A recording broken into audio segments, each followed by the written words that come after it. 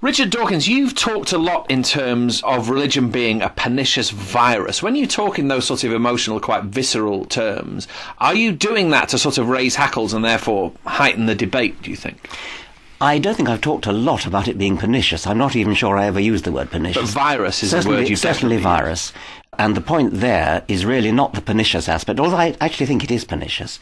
The point there is that it's infectious. It's something that grips the mind in the same way as a conventional virus, grips the body, in that it takes control and does so the better to propagate itself.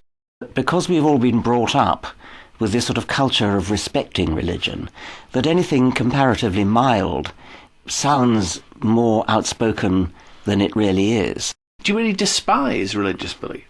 I despise people who believe something without evidence and then go out and take action which damages other people. Yes.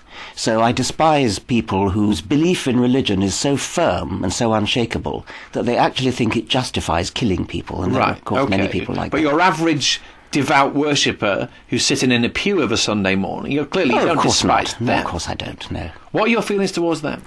Well, I mean, they're harmless, especially Church of England. I mean, they're harmless. I don't have strong feelings one way or the other. No, of course I don't despise them. In the God Delusion, I made a 7-point scale. 1 was total conviction that there is a God, and 7 is total conviction that there isn't. And I put myself as a 6. Okay, so that's kind of agnostic, but veering towards atheist. You can say, well, I think a God is very unlikely, but I can't actually disprove it. So I'm not a 7. I'm a 6.5 or something like that. And that's where I would put myself. What about the fact that religion, in terms of its institutional influence, persists? How much does that irritate you? Or it's weird that those countries that have sort of the trappings of theocracy remaining, like Britain, because we have bishops in the House of Lords, and we have lots and lots of faith schools, and we have the Queen is the head of the Church of England. It's an odd thing that those countries, like Britain, like the Scandinavian countries, which have an established church, seem to be the least religious.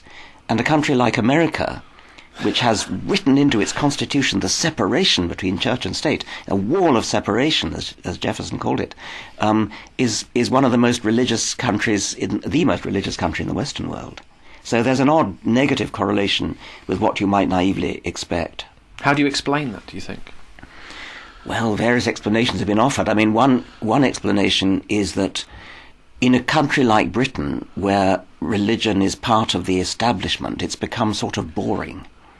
Whereas in America, where there's the wall of separation, religion has become free enterprise.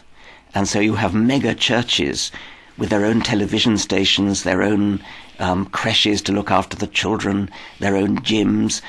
They've become huge commercial enterprises, tax-free, by the way, which helps, with the televangelists having private Lear jets to jet around in and fleets of posh cars and things. It's not tea and biscuits. It's a very, very big business, religion in America, whereas in Britain it's become sort of boring and people don't really take it very seriously one way or the other. Politics is very reluctant to go anywhere near this. I mean, in terms of the solutions to some of what you're talking about, the only place we can look is to politics. The state has to act. Perhaps things have to be legislated for. Lots and lots of people are not religious themselves, but they've got a vague idea it's a good thing that other people are. It's very patronising and condescending, by the way. It's sort of the attitude, well, you and I, of course, are too intelligent to be religious, but the common people need it. And there are a lot of people who actually think that. A lot of people think that we need religion in order to be moral. There are a lot of people who think that if you took religion away, people would start, rushing around, smashing shop windows and robbing and raping and things like that. No evidence for that whatever. I mean, absolutely none. So I think one important thing we've got to do is to prize apart religion from morality. It's absolute nonsense to say that you need religion in order to be moral. And so I think that would be one major step we could take.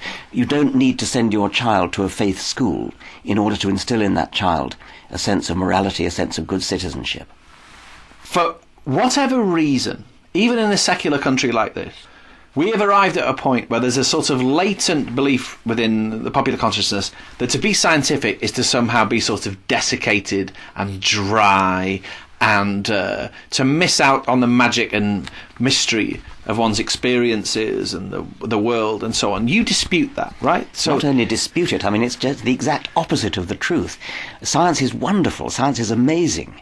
The fact that you can understand why you exist, who could not be turned on, who could not be excited by that? Who would ever want to live in a world where you live your life, you go to work, you go to the office, whatever it is, you go to the football match, and this goes on year after year, and then you die, and you don't have any understanding of why you were there in the first place?